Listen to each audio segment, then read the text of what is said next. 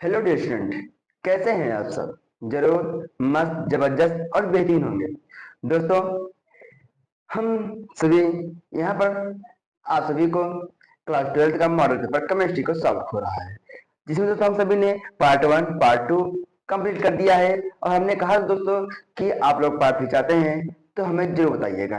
ठीक है, तो आप सभी ने बताने में बहुत देर कर दिया है, तो इसलिए यह वीडियो भी लेट से आ रही है। ठीक, और यह एक खास स्टूडेंट ने कहा था कि सर हमें पार्ट 3 लेके आइए, बहुत इंपॉर्टेंट है, बहुत जरूरी है। तो उनके लिए मैं लेकर के आया हूँ। तो इसी तरह से आपको जिस टॉपिक पर चाहिए हमें आप कमेंट में जरूर बता सकते हैं। ठीक है दोस्तों, टॉपिक आज हमारा क्या है दोस्तों, हमारे पास ये पार्ट 3 है। जहां तक हम पढ़े हैं उसी के आगे हम लोग पढ़ने चल रहे हैं। ठीक, जो भी इसके पिछले वीडियो न देखे हो जाकर के हमारे आई बटन पे आपको मिल जाएगा, जाकर के यहाँ पे आपको देख सकते हैं। ठीक, चलिए दोस्तों शुरू करते हैं। दोस्तों, पार्ट 3 दोस्तों है हमारे पास। क्वेश्चन नंबर 5 है। क्या कह रहा है?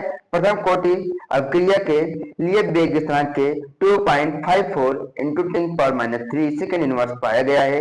इसके 3/4 आयु की गणना कीजिए, जहां पर log 2 इक्वल टू 0.31301 है। ठीक है दोस्तों, इसको हम लोग सॉल्व करेंगे। चलिए सॉल्व करते हैं आसानी से।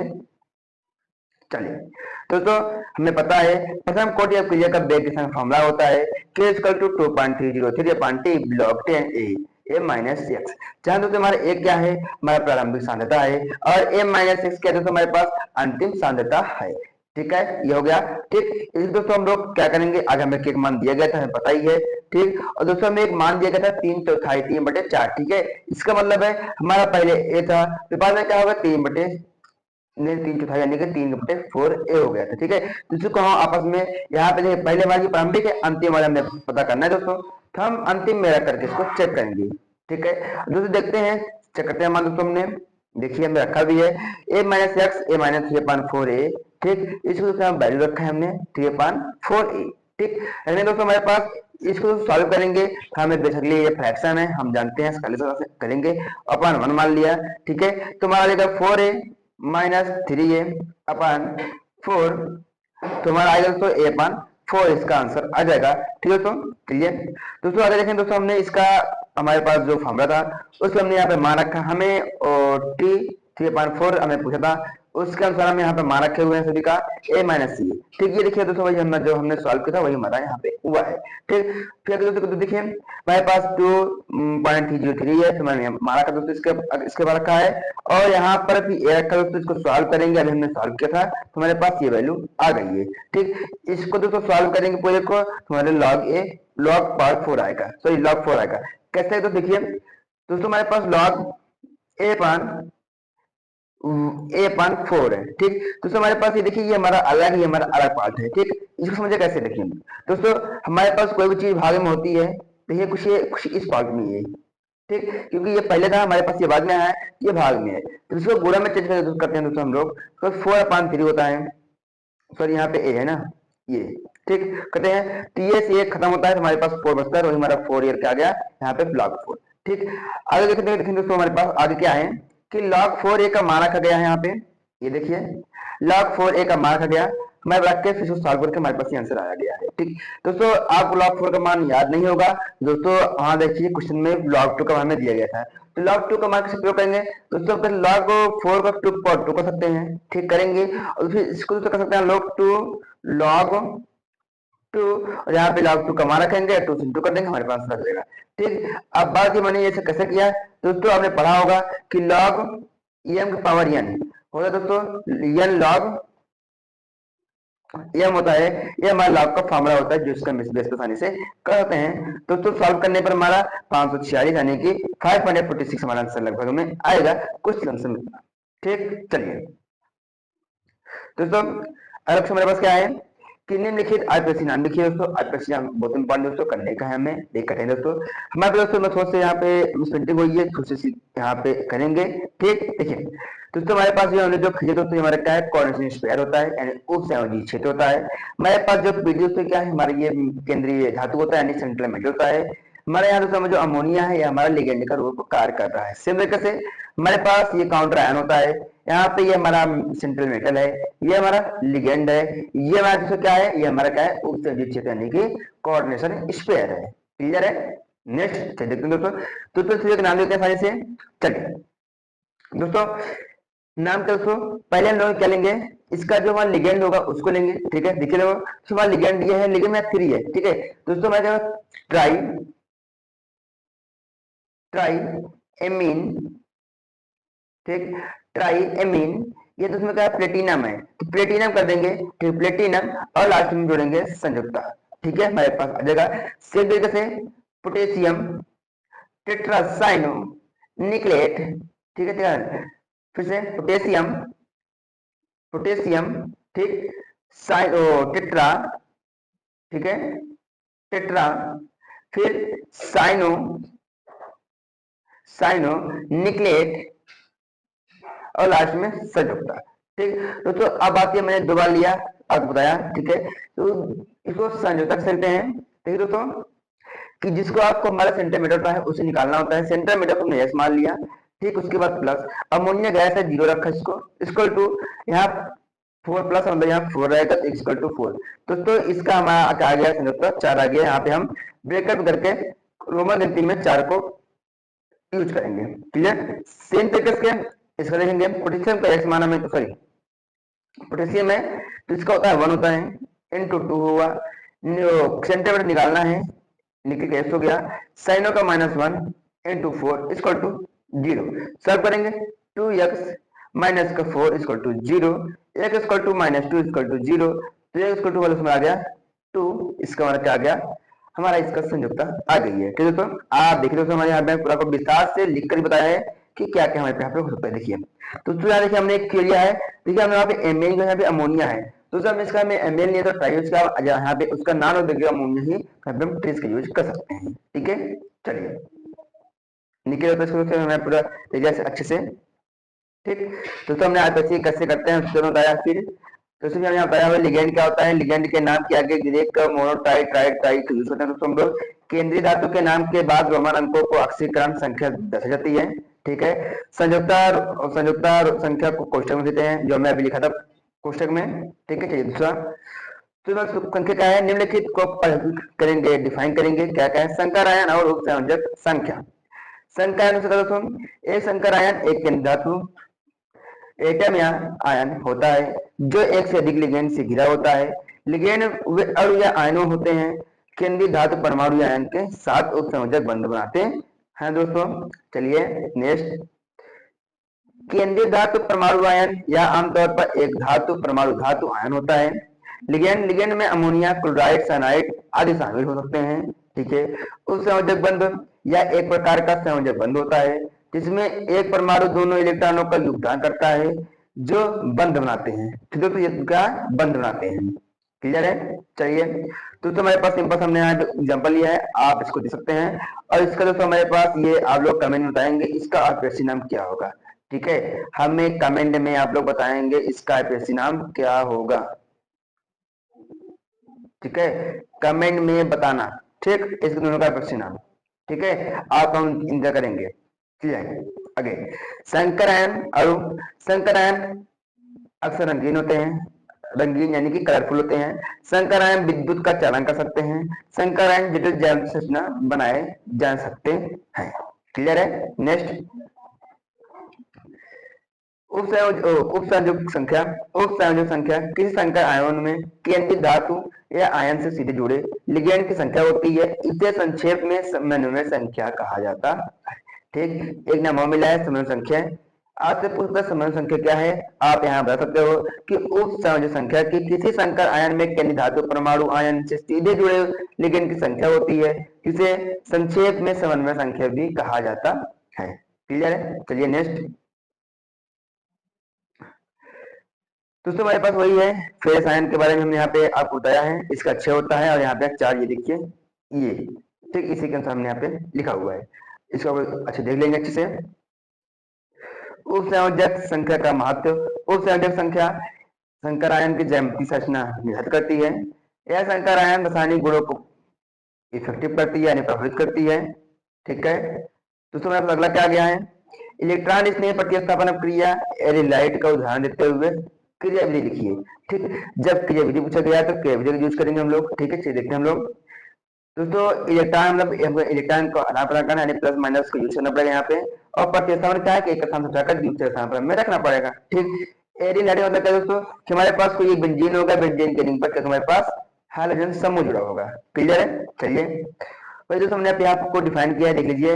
रासायनिक प्रतिक्रियाएं जिसमें इलेक्ट्रॉन नहीं एक अणु के इलेक्ट्रॉन घनत्व वाले क्षेत्र में आक्रमण करता है और उस अणु के एक विशेष परमाणु को प्रतिस्थापित करता है। यह प्रक्रिया आमतौर पर एक एरिथ्राइट जैसे बेंजीन और उनके गुणों को युग्म होती हैं। ठीक, चलिए हमारे पास ये है, उदाहरण के लिए बेंजीन लिया, ब्रोमीन लिया, इसके साथ किया। ठीक, दोस्तों सिंपल सा देखिए, हमें क्रिया विधि ना पूछा जाए तो सिंपल सा सकते हैं, हमारे पास एक बेंजीन है, ठीक, उसके साथ ये ब्रोमीन है, हम इसको जो करेंगे क्रिया, तो जैसे हमारे पास पता है हमें बेंजीन के हर कौन पर होता है कार्बन होता है, हर कार्बन से होता है क्या एक हाइड्रोजन, तो किसी एक कोने से मैं हाइड्रोजन निकालूंगा तो उसके सामने हम क्या कर देंगे एक ब्रोमीन को पुट कर देंगे वैल्यू, हमारे पास जा करके बनेगा ये बनेगा और साथ में HBr हमारे पास निकल जाएगा। ये देखिए हमारे पास यही बनेगा। ठीक है, चलिए आप देखें दोस्तों हमारे पास क्रिया विधि को हमने एक सिंपल से किया था एक स्टेप में, पर क्रिया विधि हमें 3 स्टेप में 4 स्टेप में लेना पड़ता है। देखिए पहले क्या करना हमारे पास क्या है, ब्रोमीन को ब्रोमिनाइजिंग एजेंट जैसे कि फेरिक ब्रोमाइड के साथ मिलाने पर ब्रोमीन एक इलेक्ट्रॉन आयन बनाता है, मतलब कि इलेक्ट्रॉन नहीं बनाता, मतलब वो प्लस आयन देता है कुछ इस तरीके से। ठीक, एरिलाइट प्रतिसंब क्रिया, फिर उसके दोस्तों हमने पास जो हमारे पास प्लस था उसको हमने एरिलाइट यानी बेंजीन के साथ क्रिया कराया, हमारे पास ये बना देता है यानी कि क्लोरोबेंजीन बना देता है, सॉरी ब्रोमोबेंजीन बनाता है। ठीक, फिर उसमें हमारे पास हमें लिखा है यहाँ पे देखिए कि हाइड्रोजन को प्रस्तापित करता है बेंजीन, हैलाइड में ब्रोमोबेंजीन बनाता है, हमें यह बनाया होगा जो हमने एक स्टेप पर किया था। ठीक, अंतिम उत्पाद में ब्रोमोबेंजीन और हाइड्रोजन ब्रोमाइड हमें बाहर निकालता है, ये देखिए निकाला हुआ है। ठीक है, चलिए नेक्स्ट अगला।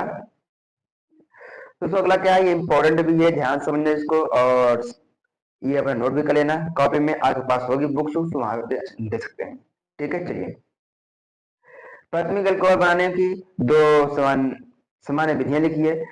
एथेनॉल से एथेन, एथॉक्सी एथेन कैसे प्राप्त करेंगे, एथेनॉल के 2 मुख्य वियोग भी लिखिए, संबंधित क्रिया व्याख्या पूछा गया है, और दूसरा फिनाल बनाने की विधि पूछा गया है, और SNO3 ब्रोमीन जल और जिंक से क्रिया करना है। ठीक है, दोस्तों एक एक हम समझते हैं लाइन से। चलिए पहला हमारा क्या है, एल्कोहल से है दोस्तों, सिंपल सा है, एरिल सॉरी एल्केलाइड के साथ एल्केन वाला कहा तो वहां पे क्या था एरिलाइड इसके पिछले वाले में। ठीक है, वहां का एरिलाइड था जो बेंजीन था हमारे पास। ठीक, दोस्तों हमारे पास यहाँ क्या है एल्केलाइड है मतलब RAX। ठीक है, इसका मतलब है आप यहाँ पे मेथेन एथेन प्रोपेन ब्यूटेन कुछ भी रख सकते हो, यहाँ पे क्लोरोब्रोमो फ्लोरो आप यहाँ पे यूज कर सकते हो।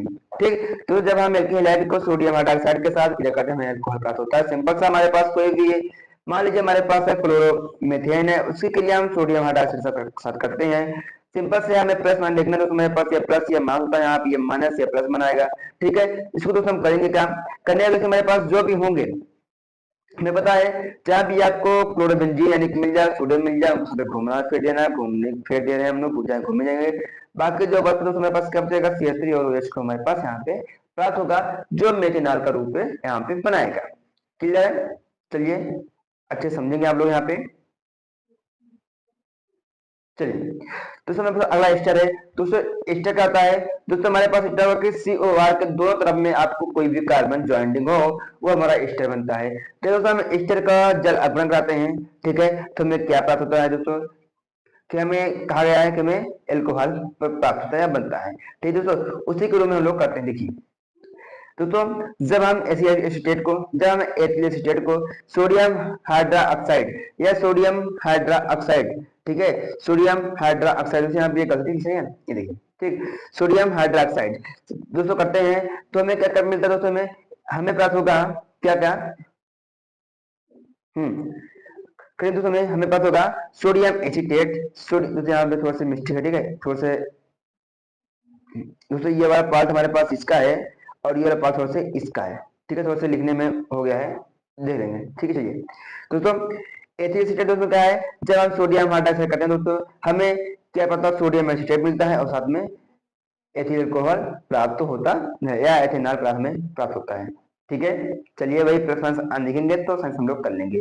ठीक, दोस्तों अगला हमारे पास क्या है, एथेनॉल से एथेन अल्कोहल को शांत हाइड्रोक्लोरिक हाइड्रोहाइड्रिक अम्लों HI से और लाल फूस के साथ करते गर्म करते हैं तो हमें एथेन प्राप्त होता है। सिंपल से एथेनॉल हमारे पास है। और दोस्तों हमारे पास यहाँ है हाइड्रो आयोडिक है, लाल फास्फोरस के साथ करते हैं तो हमें एथियन आयोडो और जल प्राप्त होता है। क्लियर है, तो मैं अच्छे से आप इसको देख लेंगे अच्छे से, आपको बेहतरीन समझ में आ जाएगा। ठीक है, एथेनॉल से ऑक्सीजन, एथेनॉल की वाष्प को उच्च दाब और 250 से 260 ताप पर गर्म एल्यूमिना उत्प्रेरक पर प्रवाहित करते हैं तो डाइऑक्सीजन प्राप्त होता है या बनता है।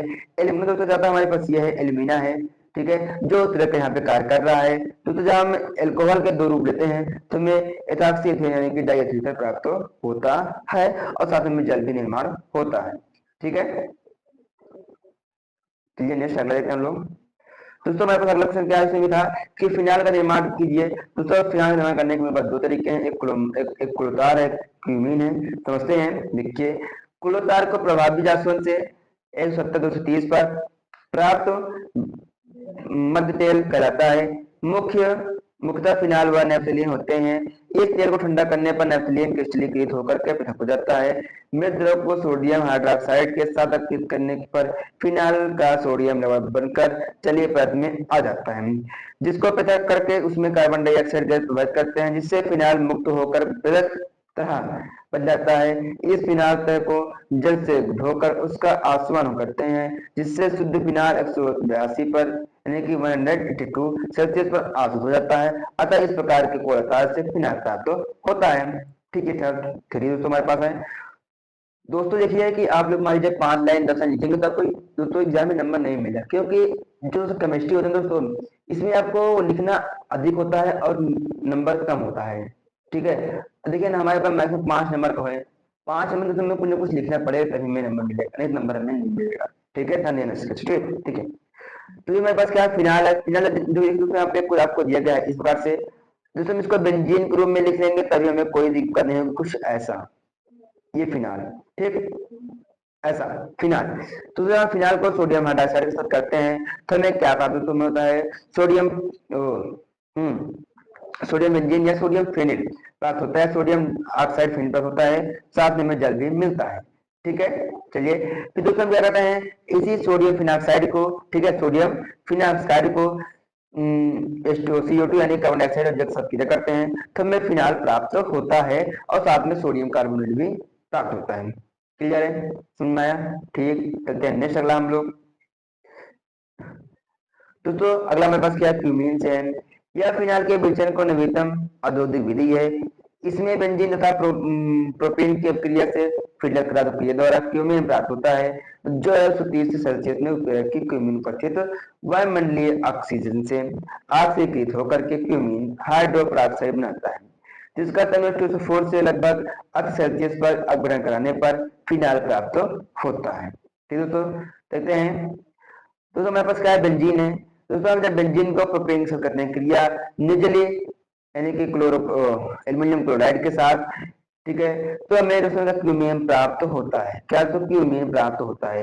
जब दोस्तों ये क्यूमीन को हम उत्प्रेरक, ठीक है, उत्प्रेरक के साथ ऑक्सीजन के साथ करते हैं क्रिया तो हमें क्यूमीन हाइड्रोपेरोक्साइड प्राप्त होता है। इसी दोस्तों हम जब हम हाइड्रोमोनियम या हाइड्रोनियम एसिड के साथ या H2SO4 क्रिया करते हैं हमें फिनाइल प्राप्त होता है, साथ में एसीटोन भी मिलता है। ठीक है, आपको एग्जाम में कहता है कि बेंजीन से फिनाइल प्राप्त कीजिए या बेंजीन से एसीटोन प्राप्त कीजिए, तो आप इसी तरीके से इस विधि से भी इसको प्राप्त कर सकते हैं। ठीक है, चलिए नेक्स्ट देखते हैं हम लोग। दोस्तों अगला हमारे पास क्या है इसी में कि सांद्र HNO3 के साथ जब हम क्रिया कराएंगे हमें पिक्रिक अम्ल प्राप्त होगा। जब हम फिनाइल को नाइट्रिक एसिड के साथ नाइट्रिक के साथ क्रिया कराएंगे हमें पिक्रिक अम्ल प्राप्त होगा, जो NO2 आर्थो पैरा और आर्थो पर जुड़ा होता है। तो इसको अच्छे से समझ लेंगे, ये इंपॉर्टेंट वाले रूप में आता है। आप कुछ संरचना पूछ ले, सूत्र पूछ सकता है या फिर विवरण नहीं पूछेगा तो उसको आप अच्छे से सीख लेंगे। ठीक है, ये बात हमारे क्या है, इंपॉर्टेंट है। ठीक, ये वाला पार्ट सब लोग सीख लेंगे। ठीक। अगला क्या क्या पूछेगा इसमें से, आपको इसमें से रखना पूछ लेगा, ठीक, या फिर आपका जो सूत्र है पूछ लेगा, या फिर बनाना पूछ लेगा, ठीक। चलिए तो ये हमने आपको एक स्टेप में लिखा है, इसको तीन से चार स्टेप में, 3 से 4 स्टेप में है, हमने आपको समझाने के लिए एक स्टेप, जिससे आपको ज्यादा टाइम वेस्ट ना करना पड़े, समझने दिक्कत ना हो, ठीक है। अगला ब्रोमीन जल के साथ क्रिया, फिनाइल जब दोस्तों ब्रोमीन से करता है सेम तरीके से 2,4 ट्राई ब्रोमीन फिनाइल, वही सेम है जो आपको ऊपर था यहाँ पर नीचे भी है, वही सेम तरीके से यहाँ पे प्राप्त होता है, ठीक है। चलिए दोस्तों मेरे पास अगला क्या है, जिंक के साथ क्रिया, फिनाइल को तत्व जिंक चूर्ण के साथ अपघृत करने पर बेंजीन प्राप्त होता है। फिनाइल जब जिंक के साथ क्रिया करता है तो हमें जिंक ऑक्साइड और बेंजीन प्राप्त होता है, ये हमारे पास कंप्लीट होगा। दोस्तों हमने आधा फिनाइल का किया था कंप्लीट कर लिया आसानी से। दोस्तों मेरे पास अगला अच्छा है 5 नंबर में 5 मिलेगा आपको कि क्या होता है जब, ठीक है, वही आपको समीकरण लिखना होता है, आपको इसमें थ्योरी नहीं लिखनी होती है, ठीक है। तो मैंने आपको यहाँ पर थ्योरी द्वारा समझाने का प्रयास करूंगा पूरा, ठीक। चलिए दोस्तों हमारे पास क्या है, बेंजीन डिहाइड को सोडियम हाइड्रोक्साइड के साथ गर्म करते हैं। दोस्तों हमारा वेरी इंपॉर्टेंट है, अब क्यों इंपॉर्टेंट है इसको हम लोग बात करते हैं कैसे।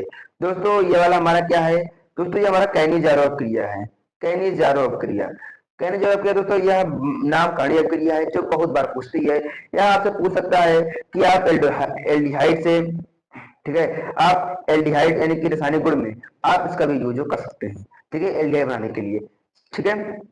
चल देखते हैं दूसरा होगा दोस्तों, जब हम एल्डिहाइड के 2 अणु या 2 मोल को लेते हैं, सोडियम हाइड्रोक्साइड करते हैं, एक बार हम ऑक्सीकृत करेंगे दोस्तों हमें बेंजोइक प्राप्त होगा, ठीक है, बेंजोइक अम्ल प्राप्त होगा, तो दोस्तों हम अपचेत करेंगे तो हमें बेंजीन अल्कोहल प्राप्त होगा।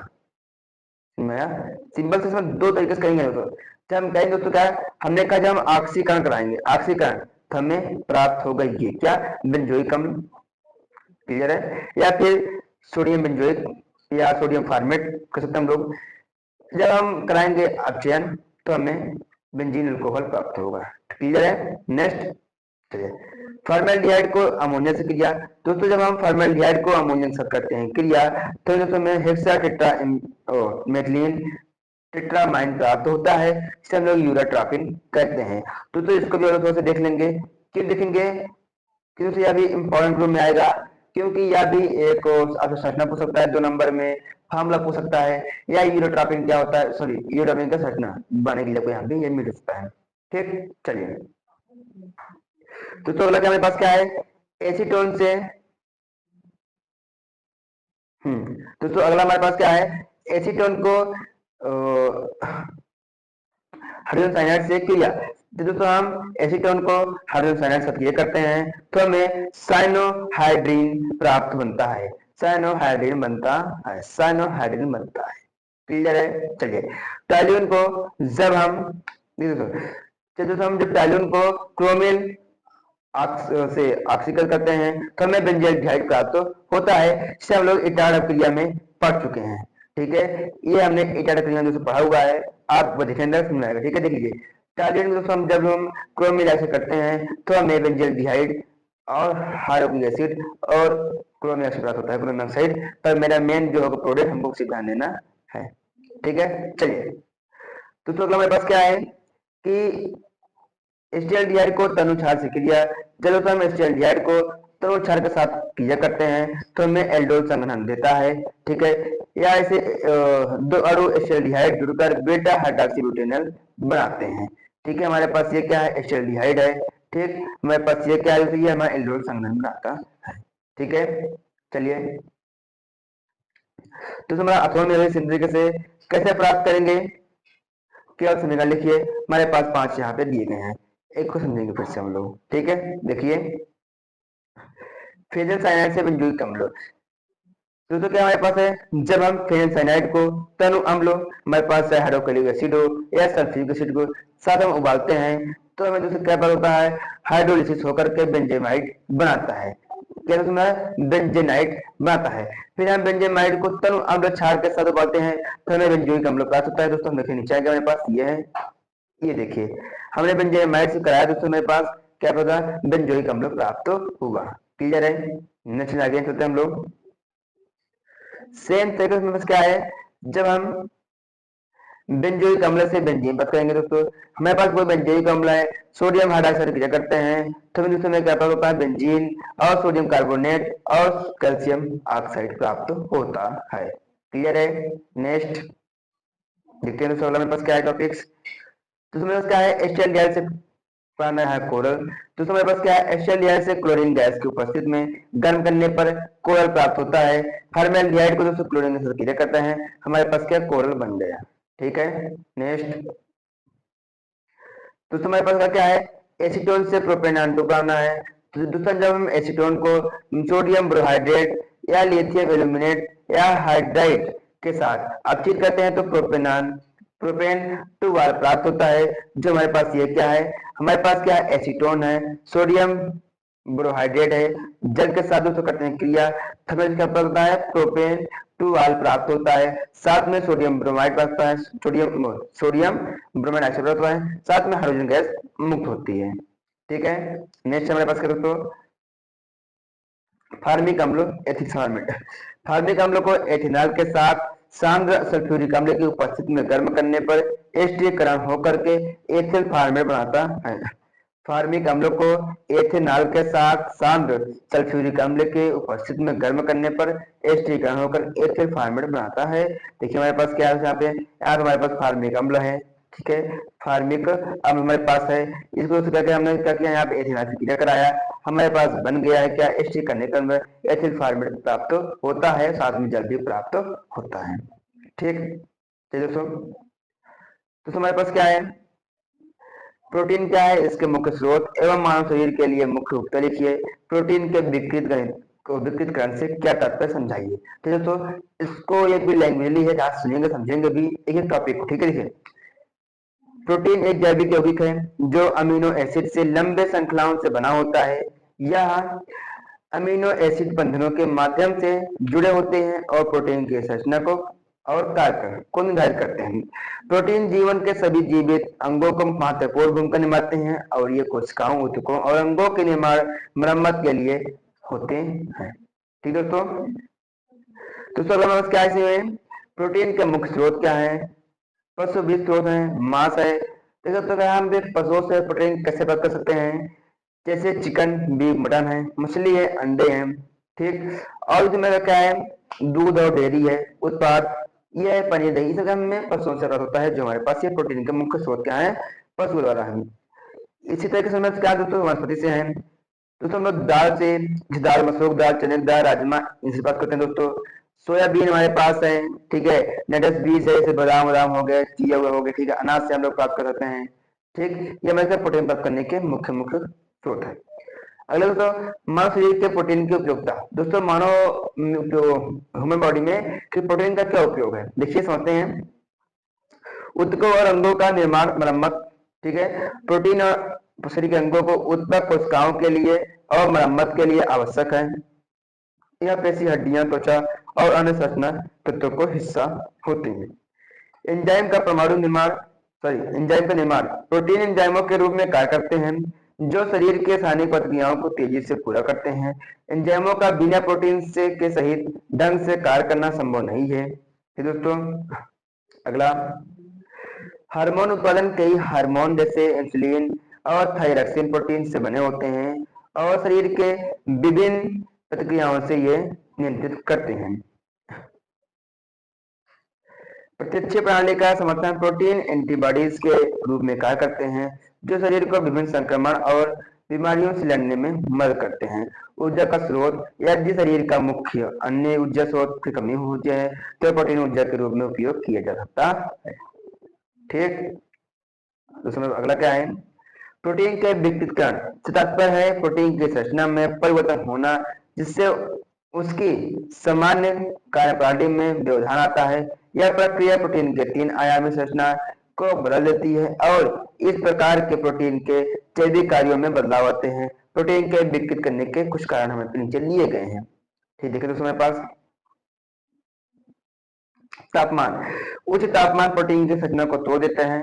ठीक से, उदाहरण के लिए अंडे का सफेद भाग पकाने पर ठोस हो जाता है। पीएच के लिए अत्यधिक अम्लीय पीएच प्रोटीन की संरचना को प्रभावित कर सकता है।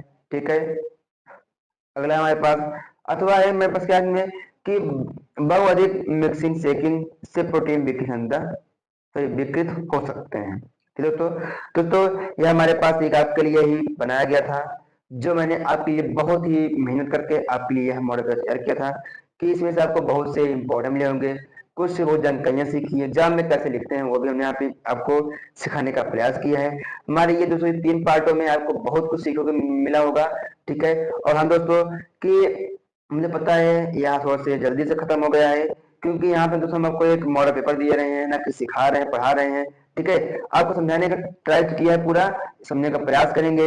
ठीक है, और जो समझ में ना आया होगा बताना कि मैं इसको ये, क्योंकि इसमें बीच बीच में पूरा एक डिटेल से नहीं बता सकता है, क्योंकि वीडियो बहुत लंबी हो जाती है, तो बच्चों को देखने में दिक्कत होती है आप सभी को। ठीक है, इसीलिए थोड़ा सा जल्दी में कंप्लीट किया इसको हमने। आपको समस्या होगी तो टॉपिक बताना, मैं टॉपिक पर एक क्लियर वीडियो लेके आऊंगा विस्तार से आपको समझाने के लिए। ठीक दोस्तों, और दोस्तों और हाँ एक और बात ये दोस्तों कि आपके एग्जाम में ओनली 2 में बचे हुए हैं, तो आप अच्छे से जुट जाइए, मेहनत करिए और एग्जाम को फोड़ के आना है, कैसे भी वो फोड़ के आना है और टॉप करनी है। देखिए दोस्तों कि टॉप नहीं कर सकते हैं तो मालूम है, तो टॉप नहीं कर तो दूसरा हम ये कहें कि क्या हम 90+ नहीं ला सकते हैं, 95 नहीं ला सकते हैं, लाएंगे। ठीक, दूसरा का मेहनत करने का सकता है, आपको जज्बा होगा तो जरूर लेके आएंगे। दोस्तों यह आपका सपना नहीं है दोस्तों, आपको जो पढ़ाते हैं अध्यापक उनका सपना होता है कि हमारा जो स्टूडेंट है वो आगे जाए। खास तौर पे आपके पेरेंट्स आपसे उम्मीद लगाते हैं कि हमारा बच्चा कुछ न कुछ करके दिखाएगा जरूर, तो जो दोस्तों इसमें जरूर करके दिखाना, इस एग्जाम को फोड़ देना। ठीक है, और दोस्तों जो हमारे पास यहाँ प्लेटफॉर्म है, ये मान लीजिए आपके एक ऑनलाइन फील्ड है। ठीक है, यहाँ दोस्तों आपको बहुत सारे अब 2 मंथ बचे हैं, तो दोस्तों आपको डेली, ठीक है, डेली 2 वीडियो जाएंगे, शॉर्ट वीडियो में जाते रहेंगे, जो मोस्ट इंपॉर्टेंट है आपको ये मिलते रहेंगे। आप देख सकते हैं हमारे चैनल पर आपको डेली इंपॉर्टेंट फिजिक्स में, केमिस्ट्री में, मैथ में मिलते रहते हैं इंपॉर्टेंट क्वेश्चंस, क्लास 10 12 के लिए बहुत मोस्ट। ठीक है, आप से देखिए और ज्यादा ज्यादा शेयर कीजिए, जैसे कि दोस्तों की और बच्चे जो हैं जो पढ़ने का मन करेगा, तो क्या होगा कि वो एक पॉइंट से ही क्या पता वो सीख ले, उससे ही एग्जाम में फंस जाए तो इनके ही लक हो जाएगा। ठीक है दोस्तों, आज के लिए इतने ही। ठीक है, फिर लेके आएंगे आपके ही जरूरत के अनुसार नए वीडियो के नए अंदाज के साथ। आज के लिए इतना ही। Thank you so much, love you too dear.